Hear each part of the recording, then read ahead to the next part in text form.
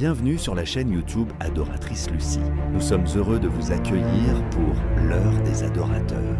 Un temps où nous nous retrouvons pour adorer Dieu, rechercher sa présence et nous laisser conduire par le Saint-Esprit. Car le Père cherche des adorateurs qui l'adorent en esprit et en vérité. Abonnez-vous à la chaîne, activez les notifications et partagez ce direct afin que d'autres puissent, eux aussi, être bénis par ce temps d'adoration et de prière prophétique.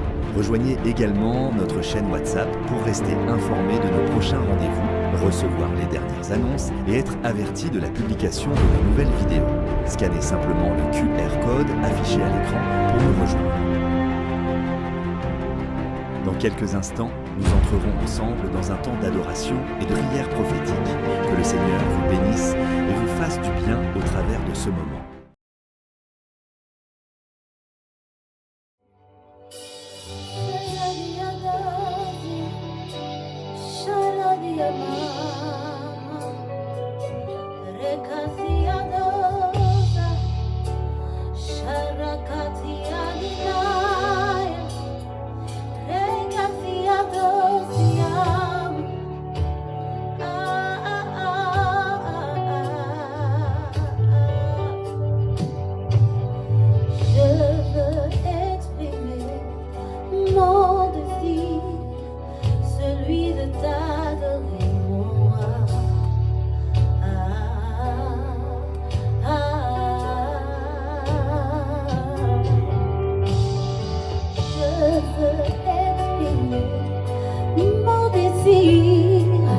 Celui de t'adorer, mon roi.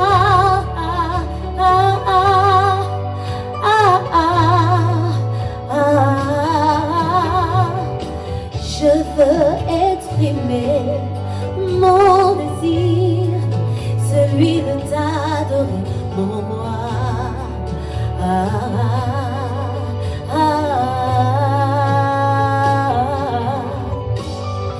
Je veux exprimer mon désir, celui de t'adorer, t'adorer, t'adorer. Shena dia diama, shana dia dia, rakasia dosia mama, yarada shena dia mama. Oh Dieu, tu es mon Dieu, je te cherche, mon âme a soif de toi, ma chair soupire après toi. Eradiama, dans une terre aride, desséchée et sans eau. Rakasia rado, rakasia mama. Je veux exprimer mon désir de t'adorer en esprit et en vérité, car il faut que ceux qui t'adorent t'adorent en esprit et en vérité. Rakasia dosia, car Dieu est esprit. Rekasia mama, sharariama. Je veux t'adorer, je veux t'adorer. Oh mon roi, roi des rois, Seigneur des seigneurs. Oh oh oh oh oh oh. Sherakia satia mama, Rekasia madea. Mon âme soupire et languit après les parvis de l'Éternel. Mon cœur et ma chair poussent des cris devant le Dieu vivant. Shara, Sheraria dosia, celui de t'adorer mon roi. Oh oh oh oh oh oh oh. Ainsi je demande à l'Éternel une seule chose que je désire ardemment. Je voudrais habiter toute ma vie dans la maison de l'Éternel. Sheraniama, pour contempler et admirer son temple. Sherania, Serakasata Yarama. Je veux exprimer mon désir. Reke, je veux exprimer mon désir, celui de t'adorer, mon Dieu que toi. Sharanama, je veux exprimer mon désir, celui de t'honorer, car il est écrit, tu adoreras le Seigneur ton Dieu et tu le serviras lui seul. Seigneur, je veux exprimer au devant de ton trône mon désir, celui de t'adorer, celui de t'honorer, celui de t'élever.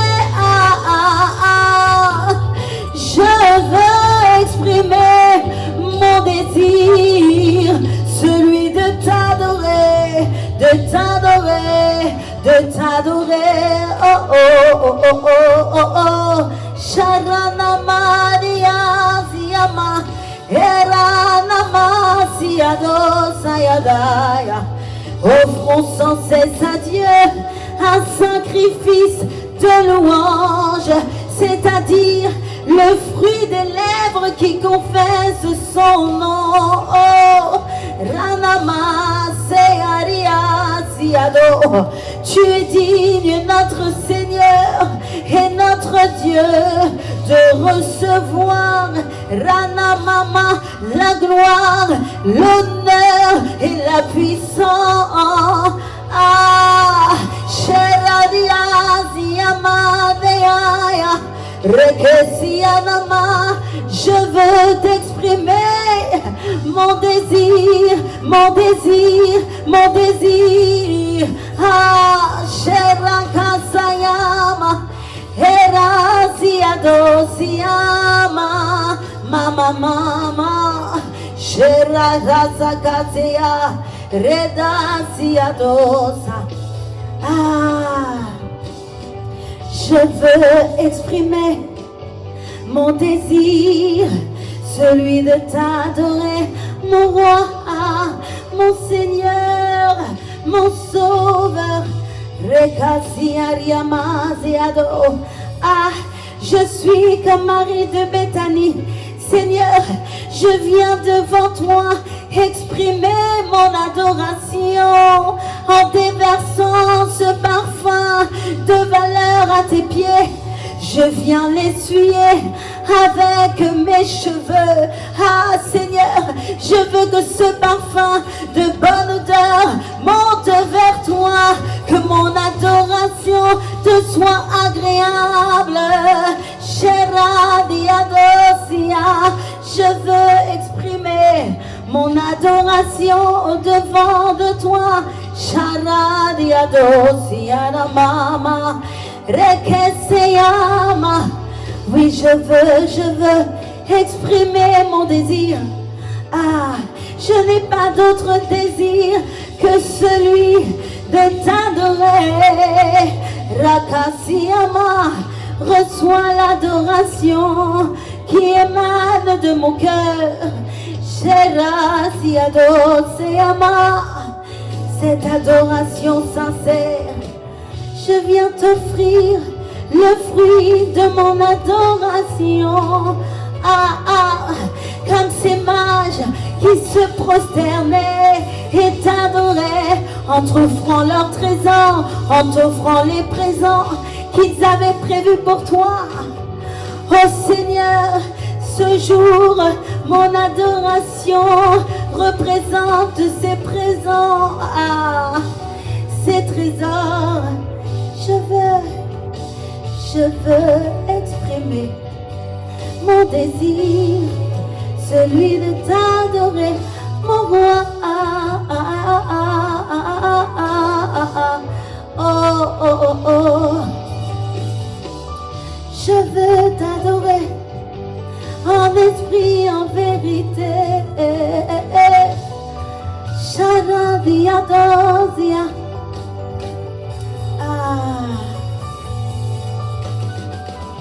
Rekasiaria mama, Sheradia, Rekasiara mama, Sherakasiadosia. Ah, bienvenue, bienvenue frères et sœurs, bienvenue bien-aimés dans l'heure des adorateurs. cette plateforme où pour les vrais adorateurs, ceux qui adorent le Père en esprit et en vérité, car Dieu est esprit, et il faut que ceux qui l'adorent en esprit et en vérité. Rakase arado siama, Sherakasi anamama. Nous rendons grâce au Seigneur pour ce temps qu'il permet que nous passions encore dans sa présence. Oui, un jour, une heure dans tes parvis vaut mieux que 1000 ailleurs. Alléluia. Ah, gloire soit rendue à Dieu. Nous sommes infiniment reconnaissants. Ce n'est pas un acquis. Nous reconnaissons la grâce qu'il nous fait de demeurer à ses pieds dans sa présence. Amen.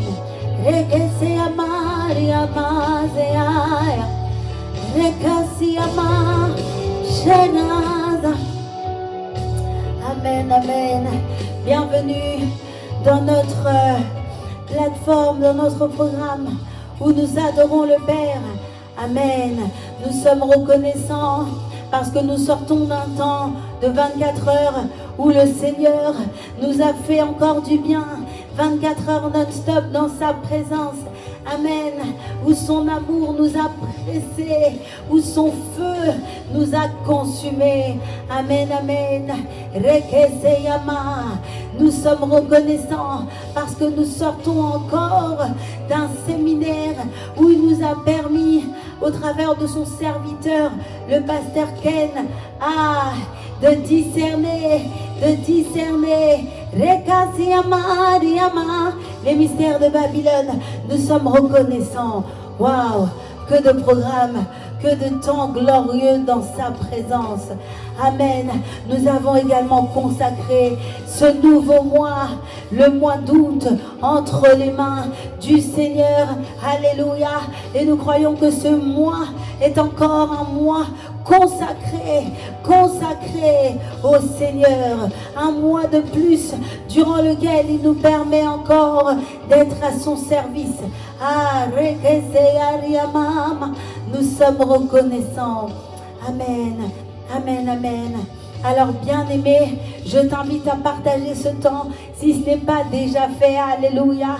Partage ce temps auprès de bien-aimés qui ont besoin de recevoir encore auprès du Seigneur. Amen. Nous ne voulons pas être avares. Nous ne voulons pas être avares. Encore, nous voulons partager au plus grand nombre. Car nous savons que ce temps va faire du bien à quelqu'un. Donc partage à un véritable adorateur ce moment, ce temps. Amen. Merci Seigneur. Merci Seigneur pour ta grâce. Merci pour ta présence. Alléluia. Alors bien-aimé, aujourd'hui, je t'invite à un temps spécial. Dis avec moi, temps spécial. Alléluia. Car la parole nous dit qu'ils l'ont vaincu par la puissance de leur témoignage. Alléluia. Par le sang de l'agneau et la puissance de leur témoignage. Alors bien-aimés, aujourd'hui,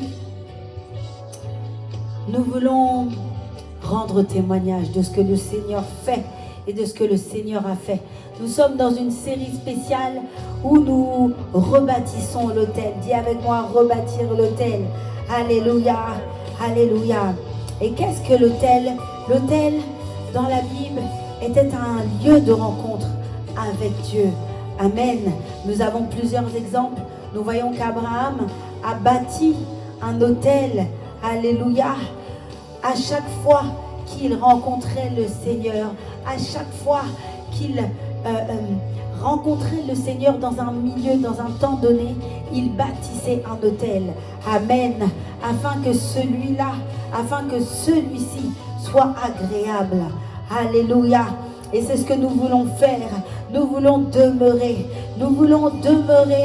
dans cette série dans cette série Rebâtir l'autel, nous savons que le Seigneur nous a donné en tant que véritable adorateur, nous a interpellés sur la nécessité de ce que cet autel soit bâti. Alléluia. Cet autel doit être perpétuellement et continuellement élevé à la gloire de son nom. Amen, amen, amen. La parole nous dit, bien-aimés, dans Lévitique, dans Lévitique 6, la parole nous dit que le feu brûlera continuellement sur l'autel. Lévitique 6 au verset 12, le feu brûlera continuellement sur l'autel, il ne s'éteindra point. Amen.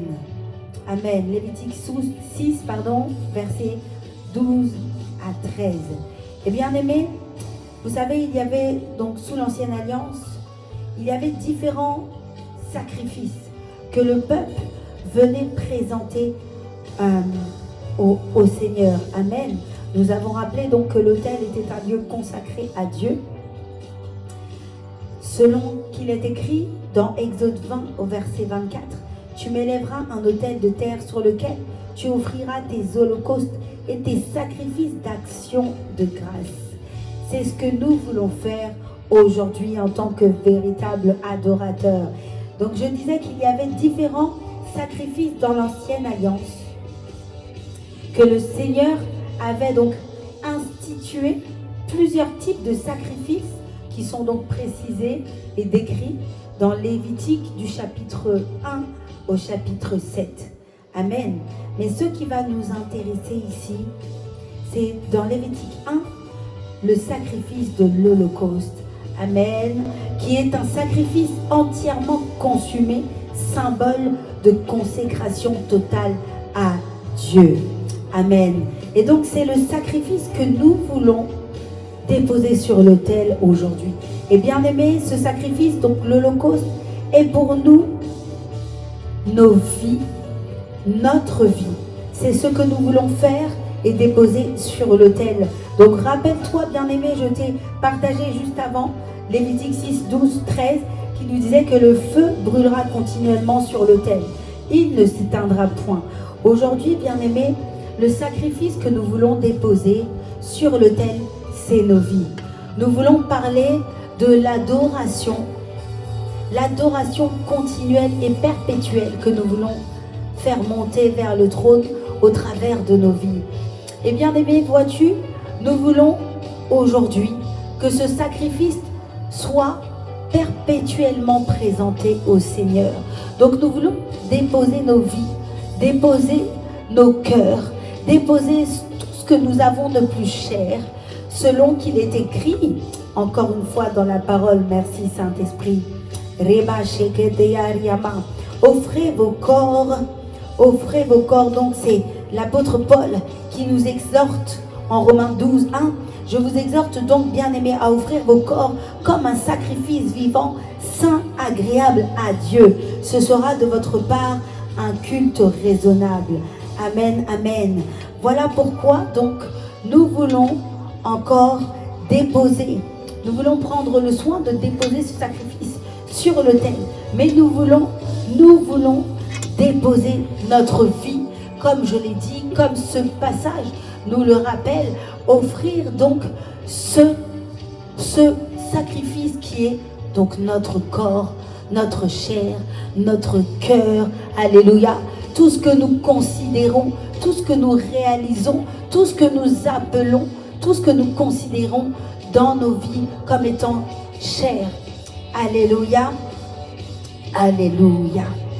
Donc, c'est en ce sens que, bien aimé, quand nous parlons d'adoration, nous parlons d'adoration continuelle. Nous devons avoir à l'esprit qu'il n'y a aucun élément qui doit venir stopper notre adoration. Amen. Donc je disais, je rappelais dans le titre même de cette vidéo, je crois que nous avons précisé, donc dans ce spécial témoignage, l'adoration instoppable, l'adoration inarrêtable. Et aujourd'hui, bien-aimé, tu es comme moi certainement, nous avons tous des challenges, nous avons tous des prières que nous pouvons faire monter vers le trône. Nous avons tous des domaines de nos vies vers lesquels nous voulons que le Seigneur agisse. Amen. Mais nous ne voulons pas que ces sujets de prière, que ces challenges puissent nous empêcher d'offrir une adoration perpétuelle, continuelle auprès de Dieu. Amen. Nous ne voulons pas que le feu puisse s'éteindre. Nous ne voulons pas que cette adoration puisse être stoppée par des choses que nous pouvons traverser. Nous ne voulons pas que cette adoration puisse être stoppée par des situations que nous pouvons rencontrer. Bien-aimé, peut-être que là tu me suis et tu penses, tu te dis mais ok, moi je veux adorer, mais tu ne connais pas ma situation, tu ne sais pas ce que je traverse. Moi j'ai besoin d'un enfant, moi je recherche le mariage, moi je recherche mon époux, moi je recherche mon épouse, moi je recherche le travail. Alléluia. Bien-aimé, laisse-moi te dire que tous ces sujets sont légitimes. Amen. Parce que le Seigneur, nous savons qu'il est un Père aimant et qu'il est à même de pouvoir pourvoir à chacun de nos besoins. Amen. Il dit bien que s'il prend soin des oiseaux des champs, à combien plus forte raison, combien prendra-t-il soin de ses enfants? Amen.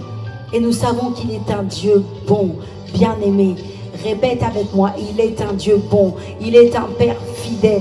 Alors peu importe ce que tu recherches, peu importe les domaines de ta vie qui ont besoin d'une intervention divine, laisse-moi te rappeler et t'encourager à ne laisser aucun de ces domaines empêcher ton adoration d'être consumée pleinement sur l'autel. Amen. Alors bien-aimé, je veux aujourd'hui te partager ce témoignage qui, je l'espère, t'encouragera. Je me suis retrouvée dans une situation, il y a de cela 5 ans passés.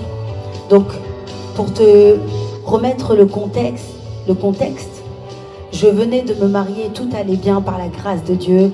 J'étais bénie, le Seigneur m'avait donné un mari selon son cœur, vraiment selon le cœur de Dieu. Et nous étions donc richement bénis par le mariage. Amen.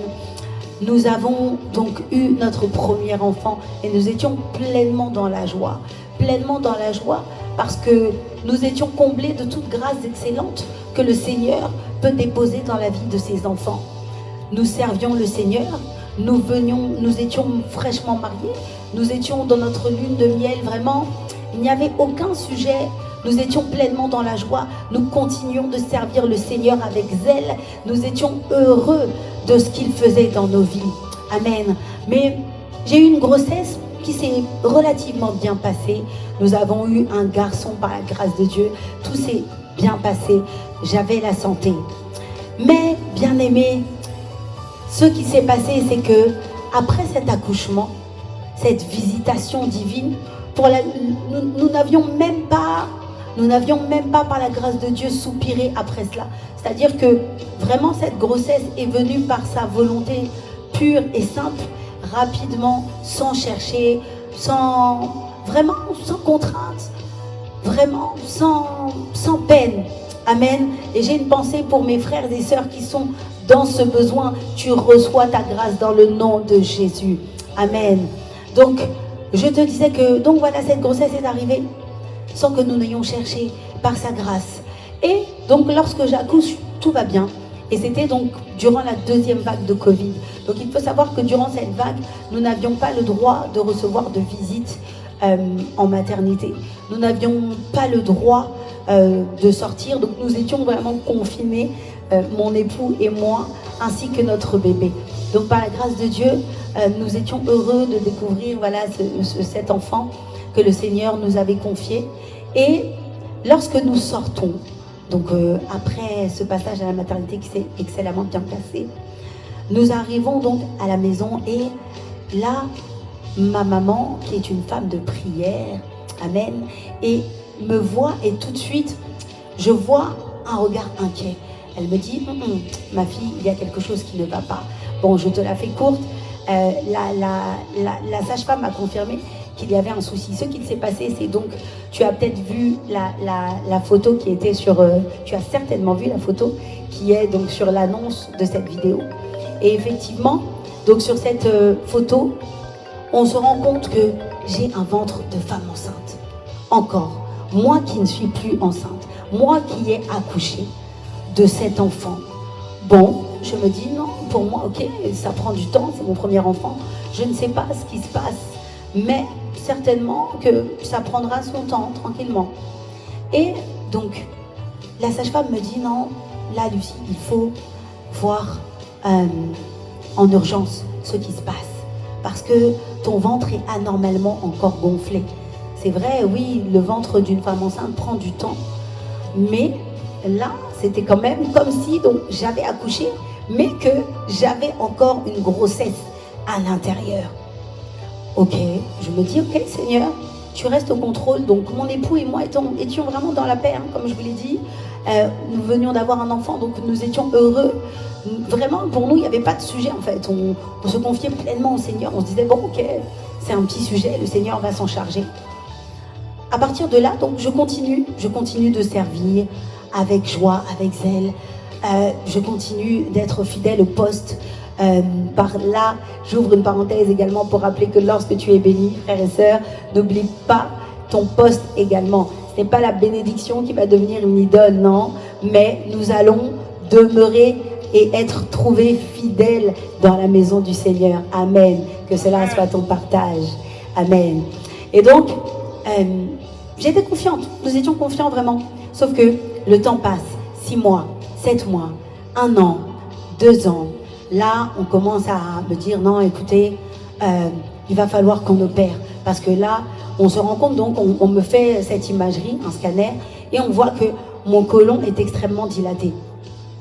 Donc, les médecins, en fait, commencent à réunir, faire des réunions de staff pour se poser des questions. Mais que va-t-on faire, en fait? Parce que, voilà, pour eux, bon, ils ne comprennent pas trop ce qui se passe.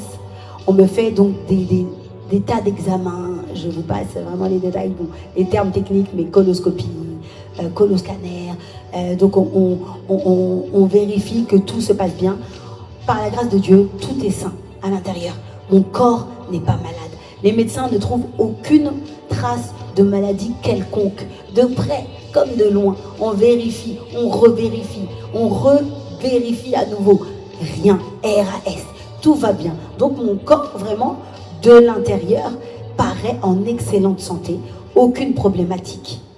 Ah, on se dit, ok, bon, là, on me dit quand même, n'oubliez pas, hein, je vous ai dit, donc j'avais toujours le ventre, donc le côlon extrêmement dilaté, ce qui se traduisait extérieurement comme un ventre de femme enceinte, alors qu'il n'y avait pas de grossesse en cours. À partir de là, on se dit, bon, ok, là, Seigneur, que veux-tu nous dire au travers de cette épreuve? Les médecins nous font le compte-rendu donc de cette réunion de staff en nous disant que pour eux, ils retiennent l'opération. Donc c'est vrai que le corps paraît sain de l'intérieur, comme voilà, après tous les examens qui ont été faits. Mais ils craignent maintenant que ce côlon puisse éclater. Et ils me disent, madame, là, on ne comprend pas, ce qui fait que même vous pouvez vous tenir debout comme ça, rester depuis tout ce temps devant nous, puisque là, normalement, enfin, au niveau digestif, etc., vous devez avoir en fait des troubles, des choses qui vous empêchent de vivre normalement. Alors que moi, j'étais vraiment, je prenais soin de mon enfant, j'allaitais exclusivement, sans aucun problème, je servais le Seigneur, j'étais à l'aise, vraiment, je prenais soin de mes frères et sœurs, je prenais, en fait, vraiment, je vivais ma vie comme je la vivais avant. Et ils me disent, bon, mais là, c'est vrai que non, pour nous, on a quand même ce risque-là qu'on ne peut pas prendre, on vous recommande l'opération. Bon, moi, pleine de zèle, avec mon époux, on se dit non, le Seigneur va faire. Donc nous refusons l'opération et nous rencontrons un chirurgien qui nous dit, donc après plusieurs avis, hein, on demande plusieurs avis, qui nous dit non, effectivement, moi vraiment, une jeune femme de votre âge, en 40 ans de carrière, je ne vous opérerai pas parce que je sais ce que ça peut ce que ça peut, en fait, comment est-ce que ça peut perturber le cours d'une vie. Et vraiment, on le fait qu'en cas de dernier recours, lorsque le corps est malade et sur les personnes d'un certain âge. Donc vous voyez vraiment, vous n'êtes pas concerné par les catégories de personnes auprès desquelles je pratique cette opération. Donc, ok, ça pour nous, en fait, ça nous conforte dans l'idée que bon, le Seigneur va être au contrôle, le Seigneur est au contrôle, il sait ce qu'il va faire. Sauf que on continue, donc le temps passe, 1 an, 2 ans. Les douleurs, ce que je ne vous ai pas précisé, c'est que des douleurs en fait commencent à apparaître, des douleurs vraiment qui me tiennent et qui s'apparentent à des douleurs de coliques néphrétiques. Donc pour ceux qui connaissent un peu le milieu médical, donc c'est vraiment des douleurs qui font extrêmement atrocement mal. Donc c'est en fait vous êtes tordu de douleur au point où vous ne pouvez pas vous tenir debout en fait. C'est impossible de se tenir debout, c'est impossible de vaquer à vos occupations tellement la douleur est immense. Donc durant cette période, j'enchaîne les allers-retours aux urgences. Les allers-retours aux urgences en disant mais vraiment je ne comprends pas tout ce qu'on... En fait ces douleurs se réveillent, mais malgré tout cela je me dis non, moi je sais que le Seigneur est au contrôle, donc je me contente ma maman avait confectionné une sorte de coussin chauffant avec des graines de lin à l'intérieur, des graines d'avoine, d'avoine qui, en fait, lorsque vous mettez au micro-ondes, gonfle, et ça, la chaleur m'apaisait énormément. Et donc, quand les douleurs survenaient, ce qui se passait, c'est que on mettait simplement une atmosphère d'adoration dans la maison pour que nous puissions être encouragés à rester en prière et que mon esprit, parce que en fait nous gardions à l'esprit, j'avais à l'esprit que ma chair est peut-être challengée, ma chair est peut-être secouée, mais je savais que mon esprit au-dedans de moi était intact. Amen. Je savais que mon esprit au-dedans de moi était bien disposé. Bien aimé, la Bible nous dit que la chair est faible, mais l'esprit est bien disposé. Amen. Et je savais qu'au-dedans de moi, malgré que les douleurs s'intensifiaient, malgré que les crises de douleur se répétaient, je savais au-dedans de moi que mon esprit était fortifié, que mon esprit était au-dessus de cette douleur physique. Je savais que ma chair ne pouvait pas prendre le dessus sur l'esprit qui vit en moi. Amen. Et donc j'étais vraiment au-dedans de moi, je me disais non, Seigneur, mon corps souffre atrocement, mon corps a mal, mais je refuse que mon autel d'adoration s'éteigne, je refuse que le feu sur l'autel s'éteigne dans ma situation. Et donc je disais, Seigneur, non, je dois continuer. Là je vous parle, bien aimé, vous savez, ces douleurs des fois me prenaient, on me voyait sur la chair sans savoir que 5 minutes avant j'étais en train de pleurer en fait dans les loges, parce que en fait j'avais des douleurs qui se manifestaient, mais je me disais, Seigneur, je me refuse, je ne laisserai rien m'empêcher de te servir. Seigneur, je ne laisserai aucune douleur m'empêcher de te servir. Seigneur, soutiens-moi, je m'appuie sur toi.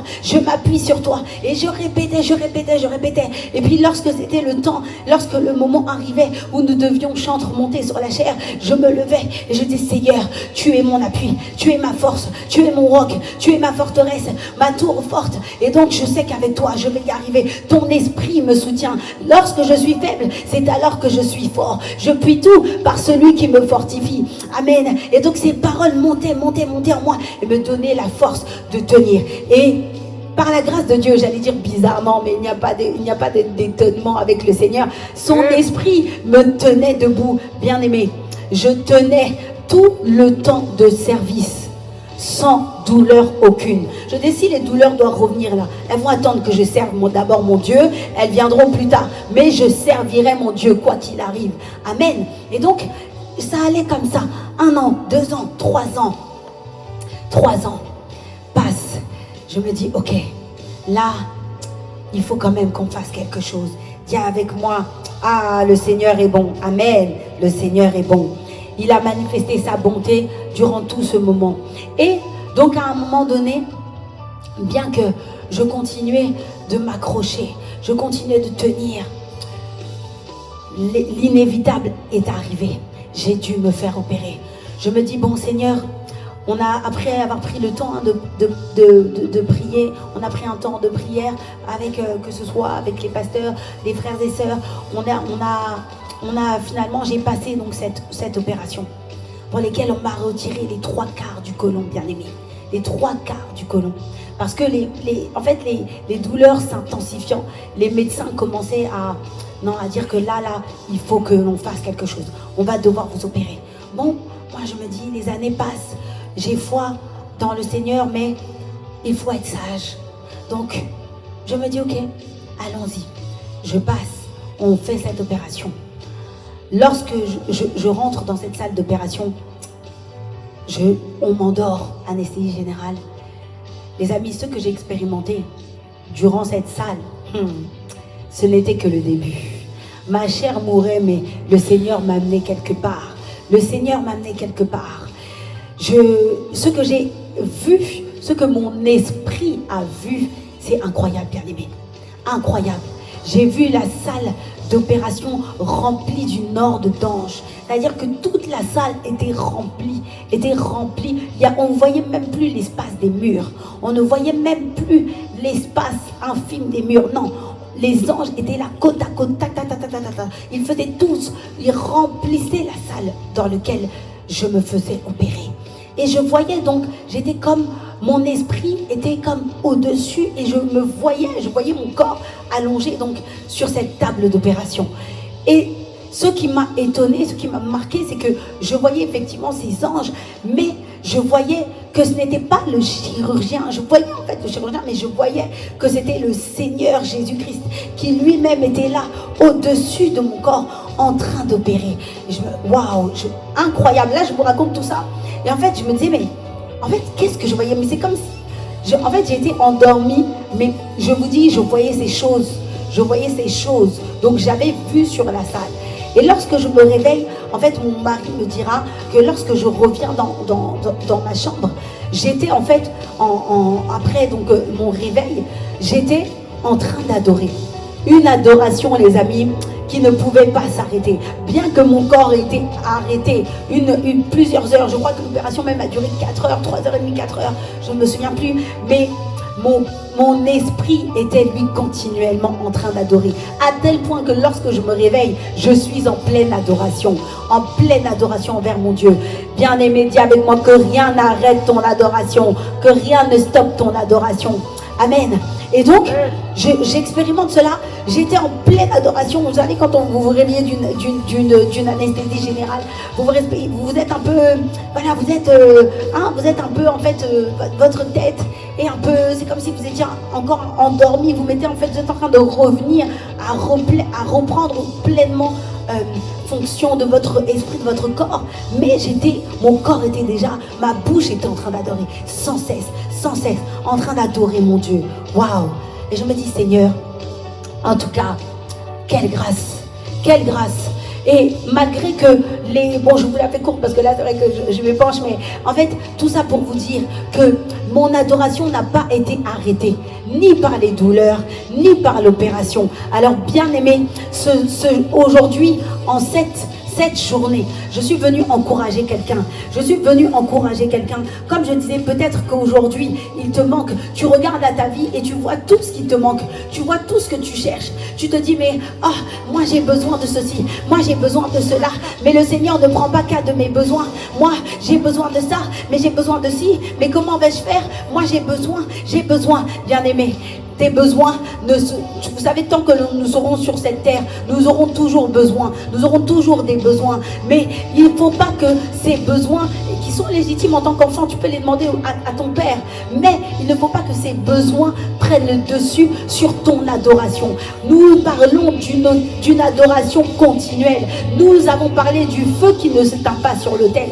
Alors bien aimé, nous allons maintenant élever la voix. Tu vas élever la voix avec moi et tu vas dire non, non, non, non, non. Je ne vais pas laisser quoi que ce soit empêcher mon adoration de perdurer. Je ne vais pas laisser quoi que ce soit, quelque circonstance que ce soit, empêcher mon adoration de monter vers le Père, de monter vers le trône du Père. Bien aimé, élève la voix avec moi.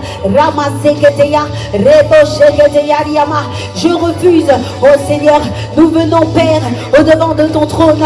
Je viens avec ma soeur, je viens avec mon frère, et je viens redevant de ton trône afin de rappeler que rien n'éteindra mon adoration. adoration. Nous avons parlé d'une adoration instoppable, d'une adoration inarrêtable. Rema Siaga, Rema Sheketeya, Reba Seketeya. Il ne faut pas que quoi que ce soit arrête mon adoration. Oui, peut-être que je ne suis pas encore marié. Oui, peut-être que je ne suis pas encore parent. Oui, peut-être que je suis actuellement à la recherche d'un emploi. Je suis peut-être actuellement à la recherche d'un titre de séjour. Je suis peut-être actuellement à la recherche de la nationalité. Oui, peut-être que je cherche à sortir d'un péché. Oui, peut-être, Seigneur, suis-je en train de chercher à sortir de cette situation qui m'oppresse, de ces esprits mauvais qui m'oppressent.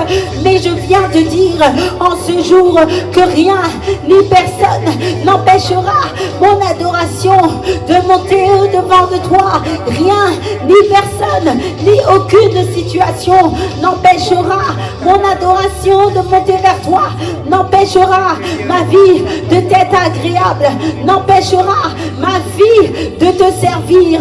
Rien ni personne, aucune situation sur cette terre.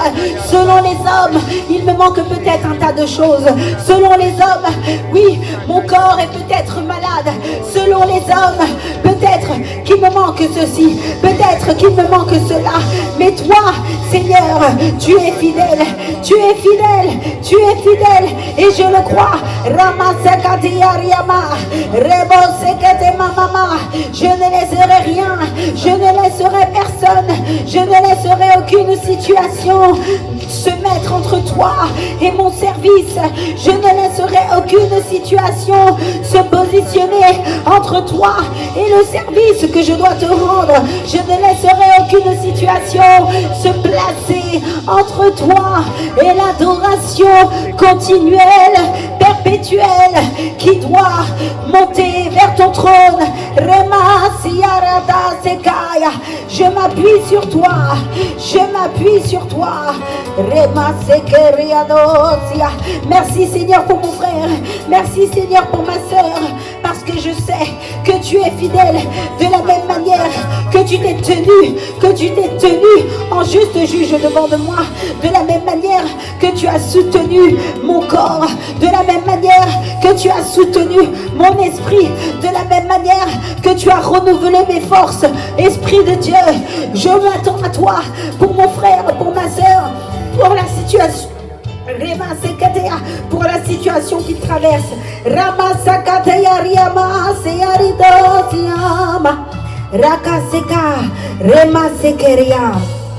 Merci Seigneur, merci parce que nous sommes déjà dans l'action de grâce.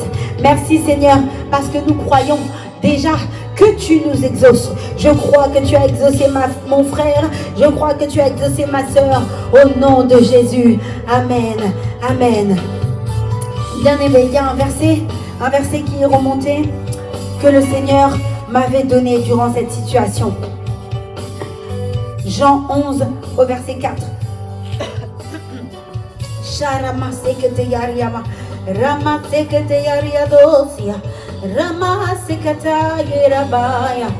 Jean 11 au verset 4 nous dit, quand Jésus, donc pour remettre le contexte, Lazare est mort et Jésus donc a pris la nouvelle. Alléluia. Quand Jésus a pris la nouvelle, il dit, cette maladie n'aboutira pas à la mort, elle servira à glorifier Dieu. Amen. Elle sera une occasion pour faire apparaître la gloire du Fils de Dieu. Amen. Amen. Ça c'est la version Rakaseketeya. Ramaseketeya Shakarayama. Reketeya. La version du semeur. Amen. Moi je vais nous amener également dans la version français courant. Amen. Rakataba. Mets-moi d'abord la version 8 secondes s'il te plaît. Reba Sheketeyama. Rakasakataya. Alors c'est la version que nous avons. Rakasakataya. Rebo Sheketeyariama. Rakatadadada. Oh bien-aimé, reste concentré Sois avec moi. Rama Shekete, Rama Mama Mama. Je sais que c'est la version que nous avons coutume de lire. Sharama Shekete Yaria. Shakata. Bah, c'est pas grave. En attendant, nous allons regarder ensemble la version du second, merci. Donc il nous dit, après avoir entendu cela, Jésus dit, cette maladie n'est point à la mort, mais elle est pour la gloire de Dieu. Amen. Afin que le Fils de Dieu soit glorifié par elle. Amen. Ramasheketeya. Dis encore, change de version. Dis avec moi, change de version. Change de version. La version... En fait, vous savez, il y a des versets comme ça. Hein. Quand le Seigneur vous donne des versets là, des versets qui vous parlent, il faut voyager dans les Écritures, voir les différentes versions pour voir ce que le Seigneur veut vous révéler, pour vous assurer de mieux comprendre ce que le Seigneur veut vous dire. Amen. Donc là, dans la version français courant, il est écrit, lorsque Jésus a pris cette nouvelle, il dit, la maladie de Lazare ne le fera pas mourir. Elle doit servir à montrer la puissance glorieuse de Dieu et à manifester ainsi la gloire du Fils de Dieu. Amen, amen. Bien aimé ce verset, il y a des versets dans la Bible. Vraiment ce verset, dis-moi puissant verset, dis avec moi puissant verset. Puissant verset. Amen. Ce verset, bien aimé, m'a aidé pendant tout ce temps. Et je vous dis, c'est même à la fin que le Seigneur m'a révélé cela. Et je disais, mais Seigneur, moi je suis là, je te sers, je crois, je manifeste la foi, mais je traverse ces choses. Que dire? Mais le Seigneur m'a amené dans cette histoire. Waouh! Et m'a dit, non, tu vois, de la même manière que Lazare devait mourir afin que le Seigneur puisse manifester, se glorifier au travers de cette mort. Et il n'est pas bien aimé, il ne sait pas... Non, il faut qu'on lise. Je t'invite à lire cette histoire. Mais lorsque le Seigneur a appris la nouvelle, bien aimée, il ne s'est pas empressé, il n'était pas dans la chair. Vous voyez, le Seigneur était esprit, était dans l'esprit. Sois avec moi, dis avec moi, le Seigneur est esprit. Amen.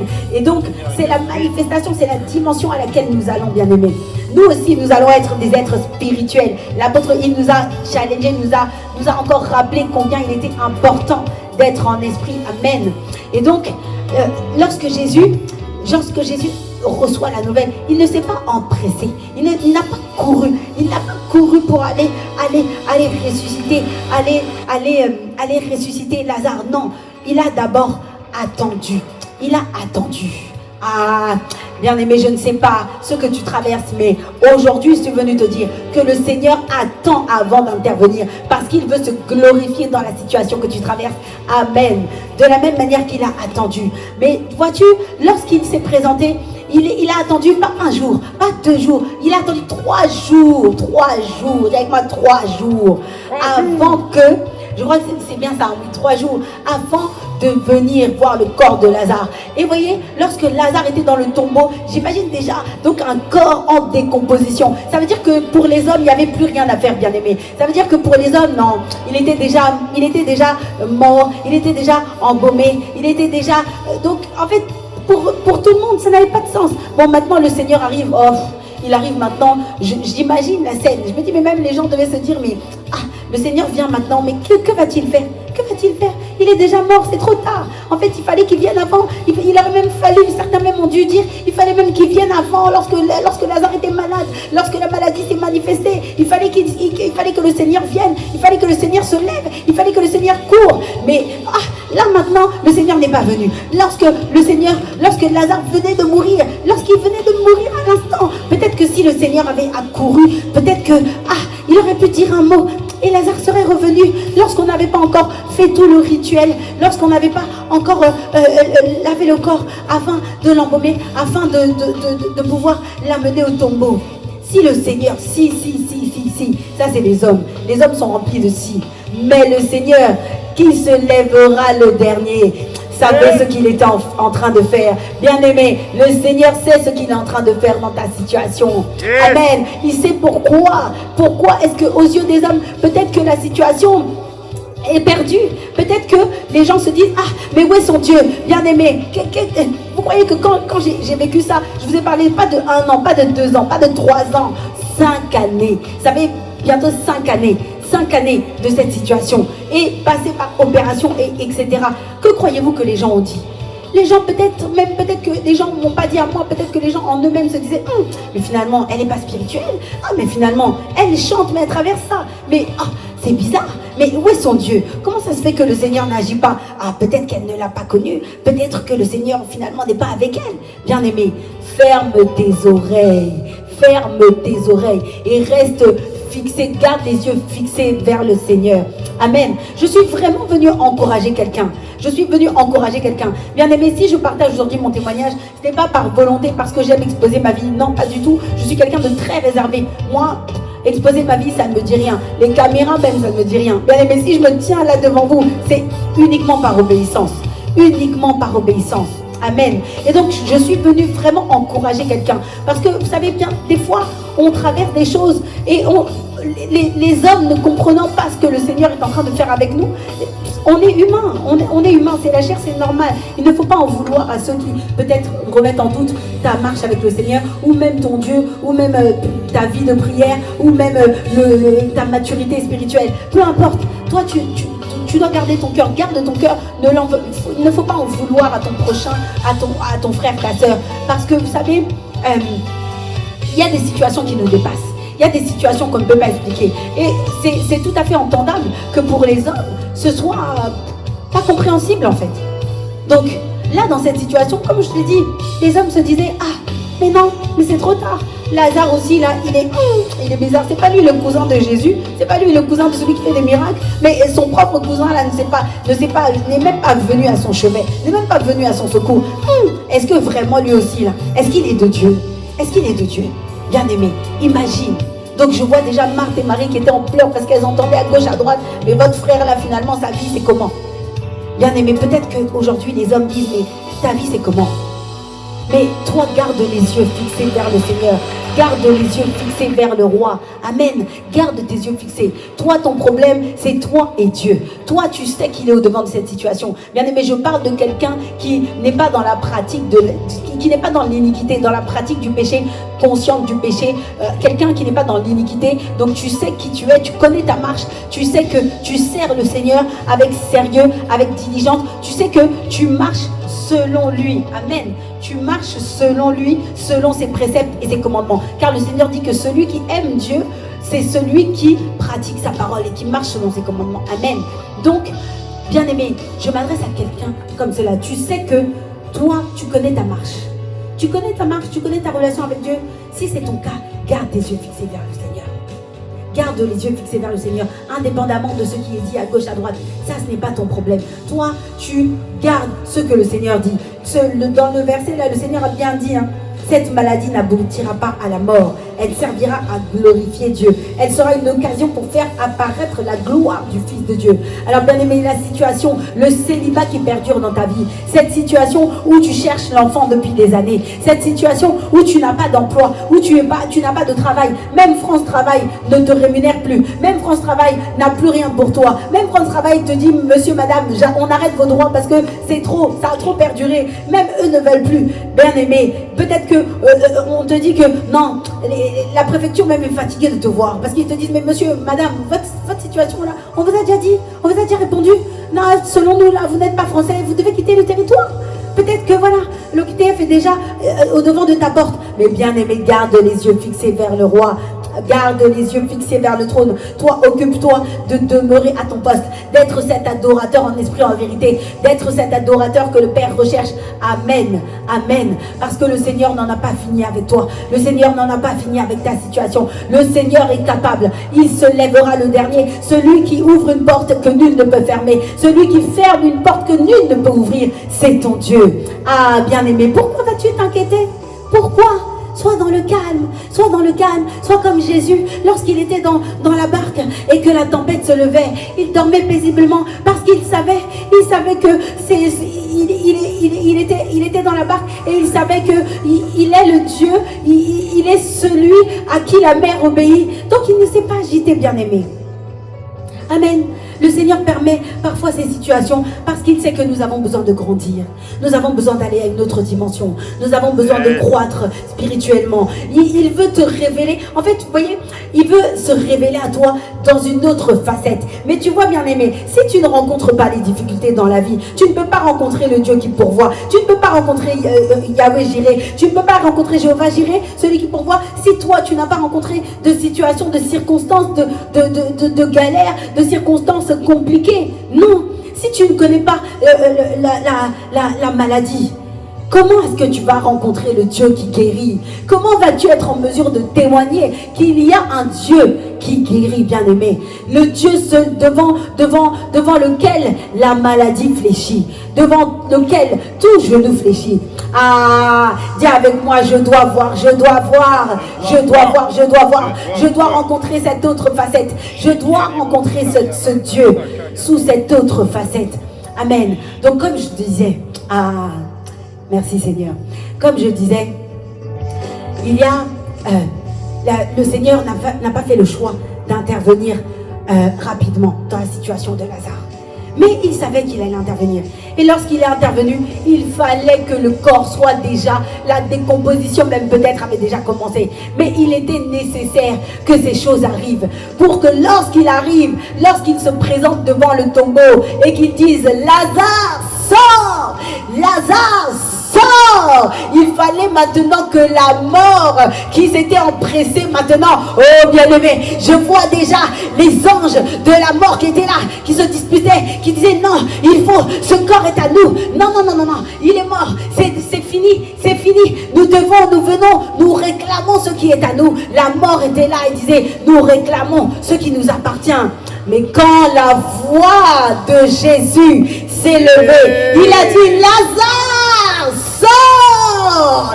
Bien-aimé, ceux qui le liaient à lâcher, ceux qui le tenaient à lâcher. Oh bien-aimé, ta situation va changer, ta situation va être transformée. Là où la mort pensait s'être installée, elle va dégarpir. Là où la mort pensait avoir le dessus, laisse-moi te dire que ces eaux vont revivre, ces eaux vont revivre, ces eaux vont revivre.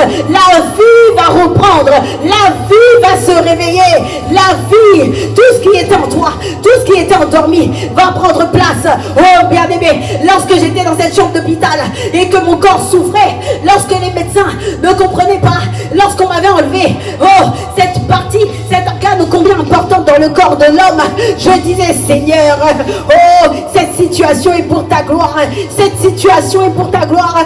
Les hommes disent peut-être qu'à l'intérieur de moi il n'y a plus de côlon, peut-être qu'à l'intérieur de moi il ne me reste qu'une portion du côlon, mais Seigneur, je sais que toi tu es le Dieu par excellence. Je sais que toi tu es capable de me faire marcher, de me faire me tenir debout, bien que je sois passé par la mort, mais tu es celui qui ramène à la vie, celui qui ramène à la vie. Tu es celui qui fait expérimenter la vie véritable. Oh Seigneur, merci Seigneur. Bien-aimé, je ne sais pas, mais là, le feu qui me saisit, je suis en train de voir des situations qui reviennent, qui reprennent vie. Je suis en train de voir des situations qui semblaient perdues aux yeux des hommes, qui sont en train de reprendre vie. Je suis en train de voir quelqu'un qui était à terre, abattu, parce que la maladie s'était emparée de son corps, mais quelqu'un qui se relève, parce que la vie éternelle, la vie de Dieu, la vie Zoé est en train de prendre place. Le Seigneur est en train de visiter, le Seigneur est en train de susciter, est en train de ressusciter ce qui en toi était mort, ce qui en toi semblait mort. Le Seigneur est en train d'annuler, je le vois en train d'annuler les paroles des hommes qui disaient que non, c'est terminé, c'est terminé. Peut-être que c'est un cancer de stade 4, peut-être que c'est une situation qui ne peut plus changer, il n'y a plus rien à faire. Peut-être que des hommes avaient dit que tu devais quitter le territoire, peut-être que les ancêtres, les esprits de ta famille avaient dit que tu ne pouvais pas te marier, que tu n'allais pas te marier. Peut-être que les esprits méchants s'étaient réunis afin de dire à ce couple possible que vous n'aurez pas d'enfants, mais le Seigneur est en train de dire que c'est sa parole qui s'accomplira, que c'est sa parole seule qui perdurera, que c'est lui seul qui a le mot sur ta vie, que c'est lui seul qui a la parole sur ta vie. Ramaseketeya, bien-aimé, lève la voix avec moi, élève la voix avec moi et dis à cette situation, Ramaseketeya, oui, c'est le Seigneur qui a le dernier mot. Seigneur, tu n'en as pas fini avec nous. Seigneur, tu n'en as pas fini avec ma soeur, tu n'en as pas fini avec mon frère. Je crois que tu es capable, je crois que tu ressuscites. Je suis en train de voir des situations ressusciter, des situations être relevées, des situations être changées, des situations être transformées. Je suis en train de voir des os reprendre vie, des nerfs qui sont en train de prendre vie. Bien aimé, je vois quelqu'un qui était paralysé. On t'avait dit que tu avais fait un AVC, on t'a dit que tu ne pouvais plus, que ton bras gauche ne pouvait plus se mouvoir. Mais le Seigneur te dit que tu vas pouvoir bouger. Commence à bouger ta main, commence à bouger tes doigts, commence à bouger ton bras. Peu importe ce que les hommes ont dit, peu importe ce que les hommes ont dit, sa parole se lève maintenant sur ta situation.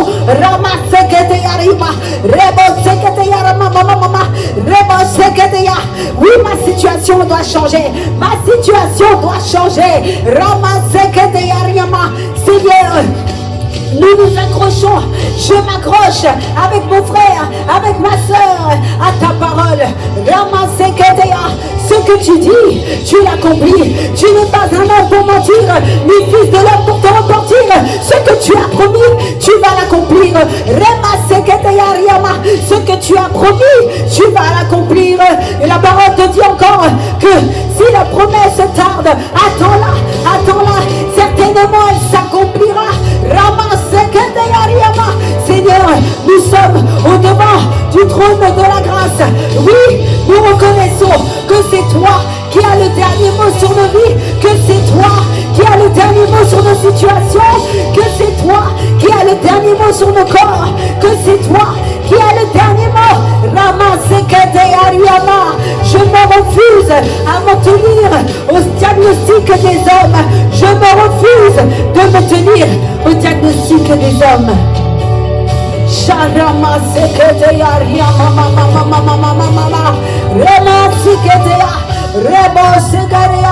Merci pour la vie, merci pour la vie. Nous plaidons les mérites du sang de Jésus. Nous plaidons les mérites du sang de Jésus sur ces situations. Sur les corps qui semblaient malades. Nous plaidons le sang.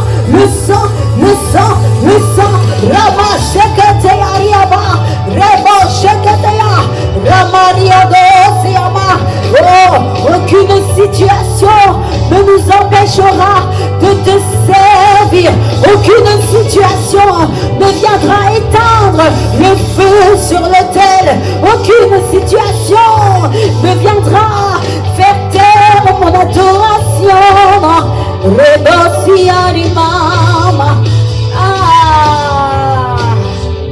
Merci Seigneur. Oh, merci Seigneur. Nous rendons grâce pour les situations que tu transformes.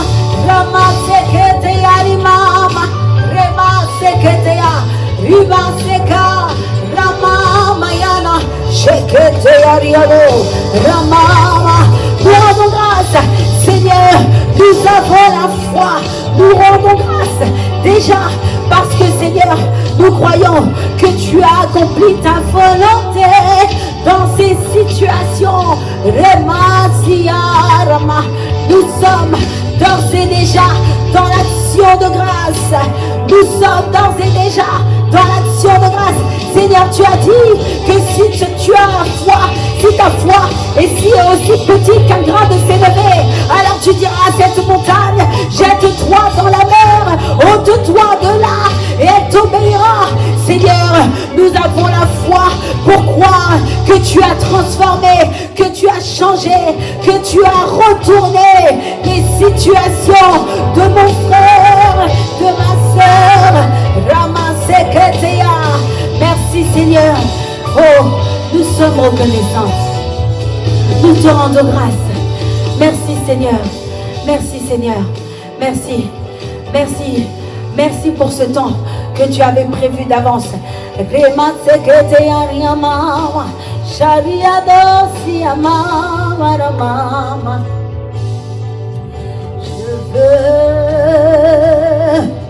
t'adorer.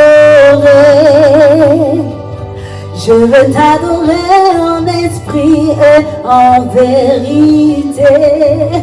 Je veux t'adorer. Peu importe les situations que je rencontre. Oh, oh, Seigneur, le feu sur l'autel ne s'éteindra point. Oh, mon adoration perdurera continuellement. Parce que je sais que tu te lèveras, même le dernier, tu te lèves, tu t'es levé, Seigneur. Ah, merci, merci pour ta grâce. Ah, Seigneur, merci pour ta présence, merci pour ta grâce. Oh, bien-aimé, mais j'oubliais. Ah, il faut que je te dise, que quelqu'un me dise, dis-nous, mais dis-nous. Alléluia. Bien-aimé, je reviens sur mon témoignage. Vraiment, le Seigneur est fidèle. Le Seigneur est fidèle. Ce que j'ai oublié même de vous dire, c'est que durant cette, après mon opération, après ces années de douleur, etc., les médecins étaient unanimes. Donc après mon opération, voilà, c'était difficile, c'était pas évident. Mais par la grâce de Dieu, il m'a fortifié, il m'a permis de rester debout. Et donc j'ai repris le service. En fait, je me suis fait opérer et vraiment, j'ai repris le service tranquillement. J'ai laissé le temps à mon corps, mais dès lors que je pouvais me tenir debout, voilà, je suis revenue fidèle au poste, parce que le Seigneur dit que si tu es fidèle dans les petites choses, on te confiera de grandes choses. Donc j'ai dit non, ok, c'est vrai que mon corps a subi un choc véritable, les amis. Croyez-moi, c'est un vrai choc. Mais j'ai, par sa grâce, pu me tenir à nouveau debout et reprendre aussitôt le service. Et dans tout ça, bon, j'étais maintenant en observation. Les médecins disaient qu'il fallait tout de même qu'on m'observe. Et donc, il y avait des recommandations. On m'a donné, voilà, bon, toutes sortes de choses à prendre. Par sa grâce, je n'ai pas eu besoin. Mais lorsque je sors de cette opération, je me rends compte que les douleurs ne s'arrêtent pas. Je me rends compte en fait que finalement, j'ai eu juste un temps d'accalmie, mais finalement, les douleurs ont repris de plus belle. Et ça n'a pas réglé du tout le problème en fait. Donc visiblement, étant donné que le souci n'était pas mon côlon, puisque rappelez-vous, je vous ai dit que de l'intérieur tout était sain, finalement, retirer les 3/4 n'a rien réglé. Mais maintenant, donc les médecins étaient sans voix. En fait, ils ne savaient plus quoi dire, ne savaient plus quoi faire. Et ils me disent, bon, ok, on va vous garder en observation, on va continuer de surveiller le corps, voir ce qu'il en est. Parce qu'ils me disaient, oui, bon, là, on ne sait pas trop. Je disais, moi, je sais que mon corps n'est pas malade. En fait, la même phrase que je leur répétais depuis le début, je disais, mon corps, je disais en fait, c'est pas, la maladie n'est pas en moi. Mon corps peut sembler malade. Le corps, c'est mon corps, mais ce n'est pas moi, ce n'est pas ma personne. Vous savez, des fois, les médecins n'ont pas cette conscience-là. Quand ils parlent, ils attachent la maladie à vos vies. Bien aimé, il faut refuser. Yes. Bien aimé, il faut refuser. Moi, j'ai refusé. J'ai refusé qu'on m'appelle malade. J'ai refusé qu'on parle de maladie. À chaque fois qu'il y avait un médecin, je vous ai dit, hein, j'ai eu plusieurs avis, donc j'ai rencontré des médecins et des médecins. C'est celui même qui m'a opéré, c'est le professeur référence en France, en gastro-entérologie, qui m'a opéré. Donc, imaginez, j'ai rencontré les 2 professeurs référence. Et à chaque fois qu'il me parlait, il voyait mon dossier, il disait, ah mais madame et tout, ah comment ça se fait? Vous êtes malade? Je dis non, je rectifiais, je dis pardon, c'est mon corps, c'est mon corps. Ce n'est pas moi. Il ne faut pas affilier la maladie à mon corps. Amen. Bien aimé, il faut savoir qui tu es. Yes. La parole est créatrice. Il faut faire très attention. Et à chaque fois, je rectifiais. Il me regardait comme ça. Ok. Je dis non, mon corps n'est pas malade. Mon corps, c'est mon corps en fait, mon corps qui semble malade. Mais je sais que mon esprit est en pleine forme. Et je sais que le Seigneur va faire. C'est ce que je disais depuis le début. Donc quand je les ai quand même par la force des choses, comme je vous dis, ils ont pratiqué l'opération qu'ils pensaient nécessaire. Mais ça n'a rien réglé. Ça n'a rien réglé. Et donc il me disait, bon là comme c'est, madame, il faut faire attention, il faudrait que vous veilliez à ne pas tomber enceinte parce que là, étant donné que la situation, voilà, on ne sait pas trop comment ça évolue, le temps que le corps récupère, etc. Il faut quand même que voilà, vous fassiez attention. Ok, bon, j'ai entendu ça, d'accord. Mon époux et moi étions là, ok. Et bien aimé, alors que les douleurs, comme je vous ai dit, avaient repris de plus belle. Un jour. One day. Alors que je me retrouve à l'hôpital parce que j'ai encore une énième fois des douleurs, je me retrouve aux urgences. Et on me fait donc, comme d'hab, j'étais une habituée en fait, donc on me connaissait là-bas, mais bien que j'étais aux urgences, j'étais toujours dans mon adoration. Donc quand j'étais dans mon petit box, là, j'adorais le Seigneur. Et ils me font donc les prises de sang, ce qui est de coutume quand on arrive aux urgences. Ils doivent toujours faire une batterie d'examen, prise de sang, pour voir où on en est. Et donc là, ils font les prises de sang, etc. Nous, on est là, on est dans le box, j'ai mal, mais je soupire après Dieu, j'adore. Et lorsqu'il arrive, le médecin me dit, mais madame, je dis oui. Il me dit, mais madame, vous êtes enceinte. Vous êtes enceinte. Je dis pardon. Il me dit oui. On a vérifié vos analyses. On vient d'avoir le compte rendu de vos prises de sang. Vous êtes enceinte. Et donc, tout ça là, pendant que la période là où le médecin me disait, madame, il ne faut pas trop, faut faire attention parce que vous ne pouvez pas tomber enceinte, on ne sait pas. Ok. Maintenant, quand il vient, il me demande, il me dit, oui, donc je dois on doit vous féliciter ou pas? Le médecin me pose la question, je dis, mais bien sûr, félicitez-moi, Dieu a fait grâce, appelez-moi bienheureuse. Et donc le médecin, c'était la joie, etc. Et donc, là où les médecins pensaient que, non seulement la grossesse est venue d'elle-même, parce que oui, selon le plan des hommes, en tout cas selon nos plans, mon époux et moi, ce n'était pas prévu, ce n'était pas recherché, cet enfant. Mais le Seigneur nous a fait grâce. Et quand ce bébé s'est implanté, malgré les douleurs, malgré que je venais de me faire opérer et qu'on m'avait retiré quelque chose d'important, un organe important, cet enfant est venu siéger, notre princesse. Elle est venue prendre place dans mon sein et elle a stoppé toute douleur dans mon corps. Elle est venue apporter la vie véritable, la vie Zoé, là où les hommes pensaient qu'il était impossible que de cette maladie, de cette situation sorte la vie. Bien aimé. Mais le Seigneur n'avait pas dit son dernier mot. Il a confondu les médecins. Non seulement il a pris soin de cette grossesse du début à la fin, tout s'est bien passé, notre fille est arrivée en excellente santé, il a pris soin de cela, mais il a manifesté la vie, là où les hommes s'inquiétaient de ce qui pouvait se passer.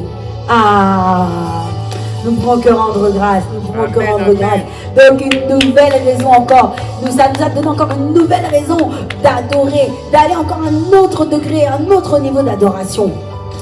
Bien aimé, Dieu est fidèle. Dieu est fidèle. Amen. Donc, vraiment, j'espère que quelqu'un aura été encouragé durant ce temps. Amen. Moi, je n'ai fait qu'obéir. Je n'ai fait qu'obéir à ce que le Seigneur m'a demandé. Il m'a dit, tu dois témoigner, tu dois parler, tu dois ouvrir la bouche et témoigner. Chose que j'ai faite. Donc, véritablement, que ce témoignage puisse fortifier quelqu'un qui était dans le doute, quelqu'un qui s'attendait à Dieu et qui se posait des questions. Bien-aimé, le Seigneur n'en a pas fini. Le Seigneur n'en a pas fini avec toi. Il n'en a pas fini dans ta vie. Il n'en a pas fini dans ma vie. Dans le nom de Jésus. Amen. Amen. Amen. Alors, bien-aimé, vraiment, si ce moment, ce temps t'a fait du bien, mets-moi en commentaire, ce que tu as apprécié, mets-moi en commentaire dis avec moi que le Seigneur n'en a pas fini. Mon témoignage arrive. Amen. Mon témoignage arrive. Ce n'est pas fini. Partage-moi également d'où est-ce que tu viens, d'où est-ce que tu nous suis. Laisse-nous en commentaire là où le Seigneur t'a fait du bien, combien le Seigneur t'a fait du bien. Voilà, en tout cas, moi je suis heureuse d'avoir pu obéir au Seigneur et d'avoir fait sa volonté, même si voilà, ça a été un challenge. C'était pas évident vraiment d'arriver à tourner cette vidéo, mais en tout cas, par sa grâce, nous l'avons fait et vraiment nous sommes infiniment reconnaissants, en espérant que ce témoignage va en fortifier plus d'un, en bénir plus d'un et nous permettre de rester accrochés au Seigneur, peu importe les situations, peu importe ce que les hommes disent, peu importe ce que les circonstances que tu traverses peuvent sembler te montrer. Accroche-toi au Seigneur. Accroche-toi. Et bien aimé, fortifie-toi. Fortifie avec tout. Il y a aussi un autre secret que je peux te donner, te partager. En fait, vous savez, la parole nous dit qu'effectivement, tout ce que ta main trouve à faire, fais-le. Que tout ce que ta main trouve à faire, fais-le. C'est vrai, c'est une excellente recommandation. Mais j'ai envie de te dire aussi, tout inspiré de ce passage, que tout ce qui peut te fortifier, inspire-toi, toute parole qui peut te fortifier, inspire-t'en, accroche-y toi, afin que, accroche-toi-y, oui, accroche-toi, de sorte à ce que ta foi soit revigorée. Nous avons la grâce au sein de notre Église, Impact Centre Chrétien, d'avoir bon nombre de temps pour nous fortifier, vraiment nous maintenir debout. En tout cas, nous sommes bénis. Nous sommes bénis dans cette maison. Et tu as bon nombre de temps, de plateformes qui te permettent d'être fortifié. Là, comme je vous l'ai dit, on a eu les 24 heures où vraiment, waouh, extraordinaire. 24 heures non-stop durant lesquelles tu peux mais vraiment demeurer dans la présence du Seigneur. Nous avons le temps du commande matin, tous les matins de la semaine, du lundi au vendredi. Nous avons midi encore des assoiffés avec le pasteur Juliana. Nous avons midi dans le feu avec le JB. Vraiment... Nous avons même, voilà, au milieu de la nuit avec Pasteur Jesse, nous avons vraiment bon nombre de plateformes bénissantes. Alors vraiment, bien-aimé, ne te retiens pas. Je t'en supplie, ta vie en a besoin. Connecte-toi à tous ces temps.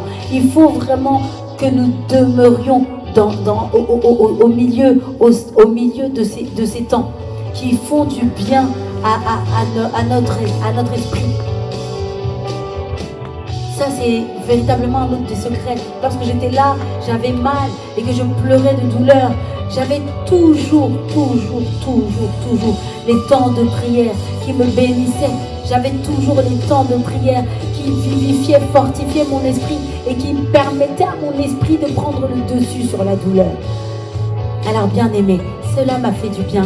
Toi également, ne te retiens pas. Nous avons également l'heure des adorateurs, effectivement, l'heure des adorateurs maintenant, qui est une plateforme supplémentaire que le Seigneur a permis.